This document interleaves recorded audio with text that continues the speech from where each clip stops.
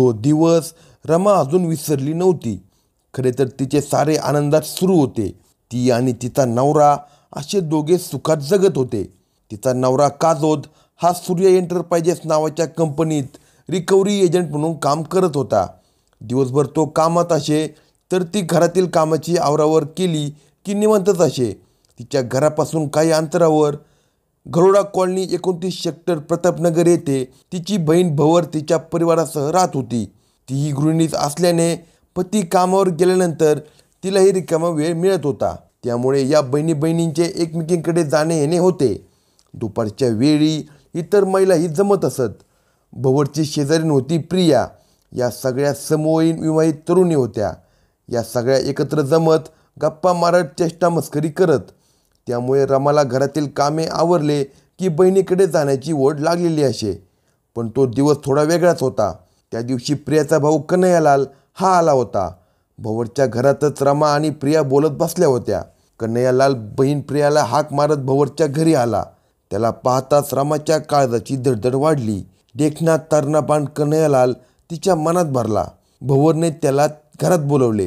त्याचीही नजर रमावर पडली. तिच्या मादक चेहऱ्यावरून त्याची नजर हटत नव्हती. तो बहिणीशी बोलतानाही वारंवार रमाकडेच पाहत होता. त्याच्या या नजरेने रमाच्या काळजाची धडधड जास्तच वाढली होती. ती जणू काही त्याच्या प्रेमातच पडली. प्रिया भाऊ कन्हैयालालला घेऊन तिच्या घरी गेली. त्याच्या पाठमोऱ्या देहाकडे रमा एकटक पाहत बसली. हे लक्षात आल्याने भवरने तिची चेष्टा करतच तिला म्हणली, "काय दीदी, आज काय विचार आहे?" तशी रमा लाजली. "काहीतरीच बोलतेस तू." असे म्हणत रमाने तो विषय संपवला असला तरी कन्हैयालाल तिच्या मनात बसला होता. त्यानंतर त्याचे बहिणीकडे येणे जाणे वाढले. हळूहळू रमा आणि त्याची चांगलीच ओळख झाली. दोघांच्या मनात काय चालले आहे याचा अंदाज दोघांनाही आला होता. त्यामुळे पुढचे पाऊल पडायला आता वेळ लागणार नव्हता. फक्त संधी मिळाली की वासनेची आग भडकणार होती. अखेर तो दिवस उगवला आणि रमाने नैतिकता सोडली. पतीचा विश्वासघात करून ती अधोगतीकडे निघाली. जून 2021 पावसाचे दिवस होते. रमा भवरकडे निघाली तेव्हा ऊन पडले होते. नंतर मात्र ढग दाटून आले. पाऊस सुरू झाला. पावसात जोर नव्हता पण रिमझिम होती. रमाला घरी जायचे होते पण पावसामुळे ती थांबली होती. त्याच दरम्यान प्रियाच्या घरातून कन्हैयालालही त्याच्या घरी जाण्यासाठी बाहेर पडला होता. त्यावेळी त्याने रमाला घरी सोडण्याची तयारी दर्शवली. रमा कन्हैयालालच्या मोटरसायकलवर बसली आणि दोघे तिच्या घराकडे निघाले. तिच्या शरीराची कंपने वाढली होती. त्याने तिच्या दारात मोटरसायकल थांबवली. तो तसाच थांबून राहिला. तिने दरवाजा उघडला आणि त्याच्याकडे बघितले. तो समजून गेला. मोटरसायकल स्टँडवर लावून तो तिच्या पाठोपाठ घरात गेला. तिने विचारले, "चहा घेणार का?" तो म्हणाला, "नको." तिने विचारले, "मग काय पाहिजे?" तिचे बोलणे पूर्ण होण्याआधीच तो जागता उठून तिच्याजवळ गेला होता. "मला तू पाहिजेस." त्याच्या या बोलण्याने ती शारली. "हे काय करतोस?" ती कुजबुजली. "तुला माहीत आहे मला काय पाहिजे." असे म्हणत त्याने तिला मिठी मारले. "तुला पहिल्यांदा पाहिली तेव्हापासून तुझ्यावर माझे प्रेम आहे. तुला कशी सांगू हे कळत नव्हते." असे म्हणत त्याने तिच्यासोबत कामक्रीडा करायला सुरुवात केली. दोघे पूर्ण नग्नावस्थेत एकमेकांना वरबडू लागले. त्याला काय करू काय नाही असे झाले होते. तो आधाशासारखा तिच्या शरीरावर तुटून पडला होता. तीही त्याला पुरेपूर साथ देत होती. बाहेर धो पाऊस पडत होता आणि बेडवर समागमाला उधाण आले होते. काही वेळातच पाऊस शांत झाला. दोघे कामरसात भिजून तृप्त झाले होते.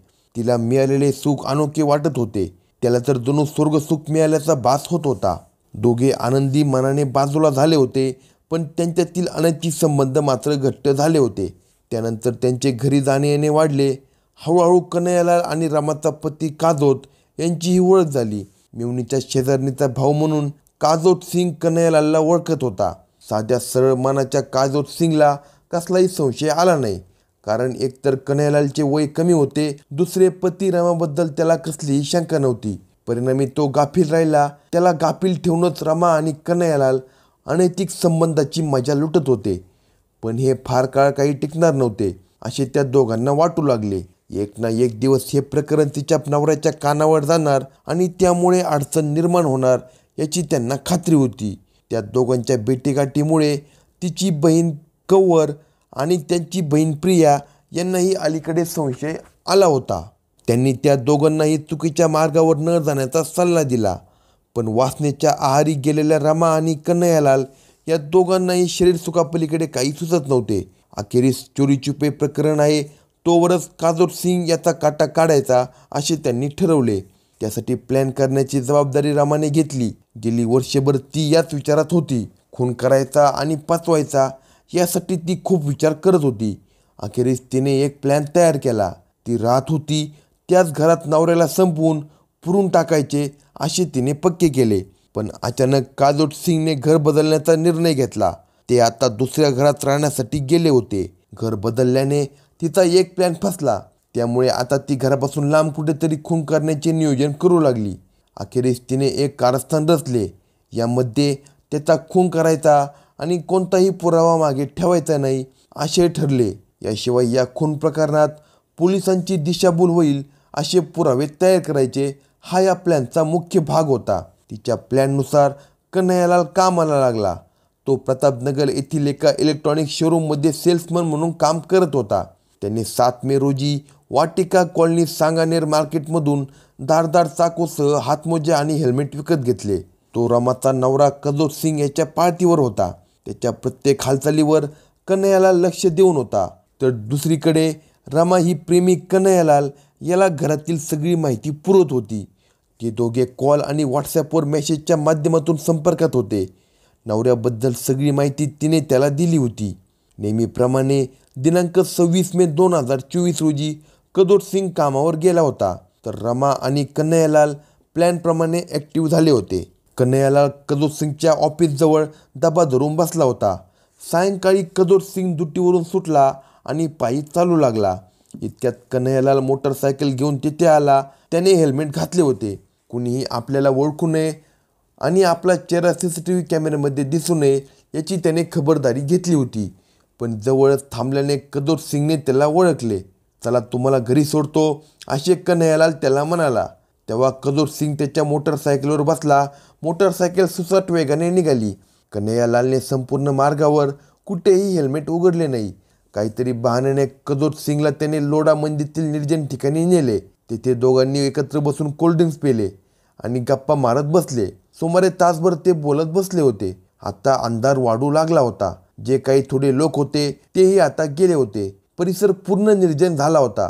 ही संधी साधून कन्हैयालालने बॅगेतून धारदार चाकू काढून काजोर सिंगच्या मानेवर वार केले. अचानक झालेल्या हल्ल्याने काजोर सिंग घाबरला.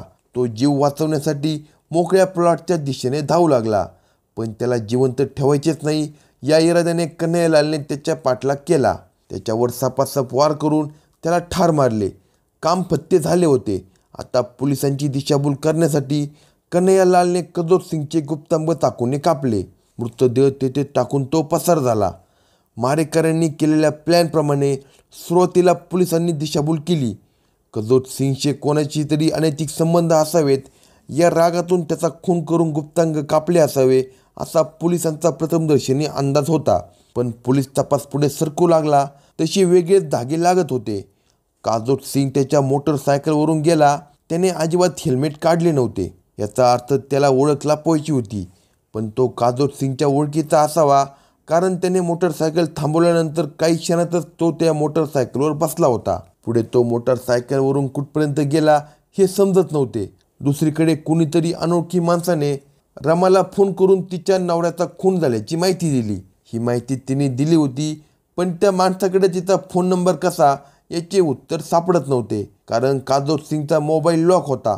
त्याचा पासवर्ड कोणाला माहीत नव्हता. त्यामुळे त्याच्या फोनमधून तिचा क्रमांकही कोणाला मिळणे शक्य नव्हते. मग त्याने तिला कसा काय फोन केला याचा अर्थ तो तिला ओळखत असावा. या संशयाने पोलिसांनी तिच्याकडे चौकशी सुरू केली. त्यातच रमाच्या मोबाईलमध्ये 2 सिम होते. त्यातील एक सिम ती काढून ठेवत होती.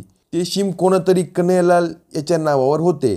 तो कोण हा प्रश्नही पोलिसांनी तिला विचारला. तसेच तांत्रिक विश्लेषणामध्ये घटनास्थळी काजोर सिंगबरोबर कन्हैयालाल याचा मोबाईल सक्रिय असल्याचे दिसून आले. हा कन्हैयालालचा एक मोबाईल क्रमांक होता तर त्याच्या नावावरचा दुसरा क्रमांक रमाकडे होता.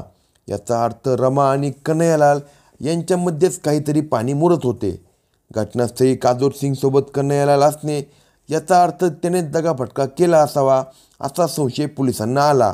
सारे तांत्रिक पुरावे हाती आले आणि या खून प्रकरणाची मांडणी तयार झाली. ही मांडणी म्हणजे रमा कोरने आखलेल्या प्लॅनचा पर्दाफाशच होता.